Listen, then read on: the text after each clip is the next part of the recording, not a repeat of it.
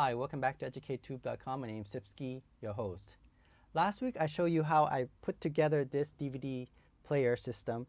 This one was a broken DVD player, and this is the internal DVD drive from my desktop computer. I was able to pair them together and got it working.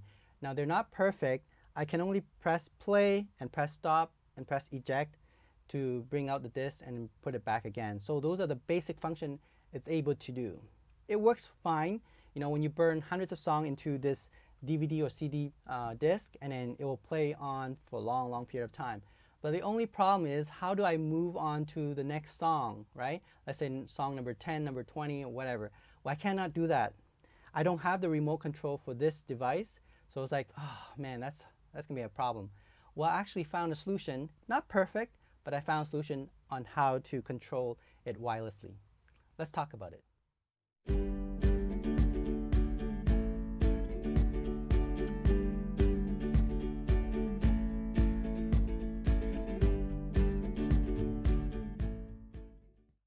All right, so I wanted to be able to control this DVD player that I built using a remote control. I don't have the original remote control, so how would I be able to do it? Well, thank goodness I actually have a universal programmable remote controller, this one here.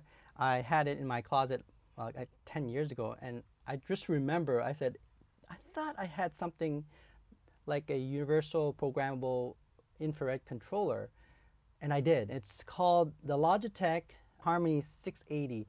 I don't think they make this anymore. I think it's been over 10 years now. But thank goodness I actually kept it, because now I'm able to control this device. Now it's not perfect because I wasn't able to find the model DVD code for this player. I was able to find something similar to it. So I was able to go forward. So I press play. What? See? Okay, can press play. Press pause. There we go. And then press play again. Okay, and then you can press forward one song at a time. So it's possible to go one song at a time. As you can see here, it will go to one song. There we go. You see that? And then the next song. Okay, there. Next song. Okay, and then pause it. Pause it. Okay, and then you can control going by 10, 20, 30, 40, and you can also go by a sequence of odd number like 13, 23, 33, and so on, and 16, 26, and so on. Okay, so it can do that, but it cannot go to a specific number. Like I cannot control number 1, number 2, and I think number 5. I can't do that either. So there's a certain number I can control, but at least now I'm able to control the start stop wirelessly. I was able to control forward, pause, and a different sequence like 10, 20, 30 songs right ahead of the disc. So at least now I don't have to listen to the same song over and over again. So it's not perfect, but it does work. Now let me show you the software to this. Now I'm not going to go into detail because each remote control, the programmable remote control from Logitech, is a bit different. But the software that you can download for these models allow you to program it. Okay, so here we go. So this is the Windows version of the programmable Logitech Harmony 680.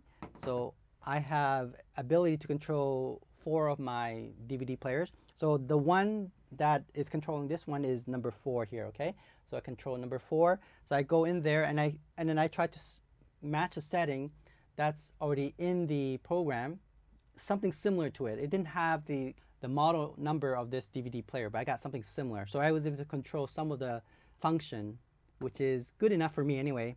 And then I go in there and press setting and then try to find the remote control that matches or closely matches with the DVD player. Okay, so you can check the Logitech Harmony model series, the universal programmable remote control, and figure out how to do that. Okay, I'm not going to go into detail about this because this is an old technology. Maybe I have a video on that. If you guys want me to go through these older technology, the universal remote control or programmable remote control, then I will do that for you. But for now, I think it's no point because most of you probably don't have these type of remote control.